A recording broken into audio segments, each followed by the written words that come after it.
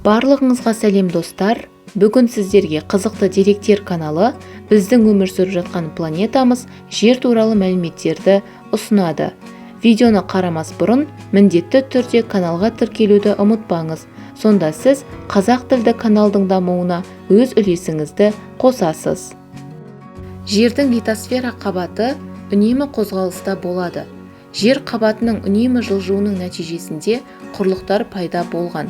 Қазіргі таңда құрлықтар жыл сайын 2 сантиметрге жылжуда.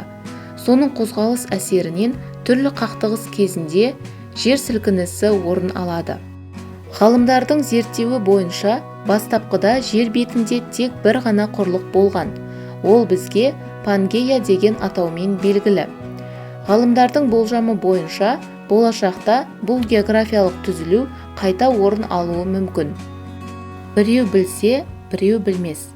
Жердегі алтынның 99% жердің ядро қабатында орналасқан. Жердің ядросындағы температура күннің бетіндегі температурамен бірдей, яғни 5500 градусты құрайды. Жердің ядросындағы алтынның мөлшері бүкіл ғаламшарды жарты метрлік қабатпен жабуға жетеді. 1 литр теңіз суында алтынның 13 миллиардтық үлесі бар. Жер бетінің 72%-ын су алып жатыр. Антарктидадағы мұздың көлемі Атлант мұхитындағы судың мөлшерімен тең. Жер бетіндегі ең үлкен мұхит Тынық мұхиты. Оның аумағы жер бетіндегі құрлықтан да үлкен. 169 миллион 100 мың километрді құрайды. Тіпті қалған 3 мұхит осы мұхиттың көлеміне сыйып кете алады. Жердегі қажеттіліктің 99%-ы мұхиттан алынады. Жер бетіндегі судың 3%-ы ғана тұщы су. Қалғаны жер асты сулары мен теңіздер, көлдер, мұхиттар мен өзендер болып табылады. Қазіргі таңда әлемдегі мұхиттардың 95%-ы зерттелмеген. Жердің бірден-бір серігі Ай. 60 жылдың ішінде ғарышқа 40 мың түрлі аппараттар ұшырылды. Осының ішінде 12 астронавт Ай бетіне қонды. Жер бетіндегі бойы ең жоғары халық нидерландықтар, ал ең кішкентайы жапондықтар болып табылады. Адамдар тыныс алатын ауаның 80%-ы азот және тек 20%-ы ғана оттегі болып табылады. Жердегі ең жоғары температура 1922 жылы 57,8 градусты құрады. Ал планетамыздағы ең құрғақ жер Мак-Мердо деп аталады. Бұл шөл далада 2 миллион жыл бойы жаңбыр жауған жоқ.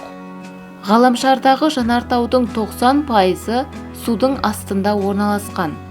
Ғалымдардың болжамы бойынша 300 жыл өткен соң жердегі жануарлардың 75%-дан астамы жойылып кетуі мүмкін.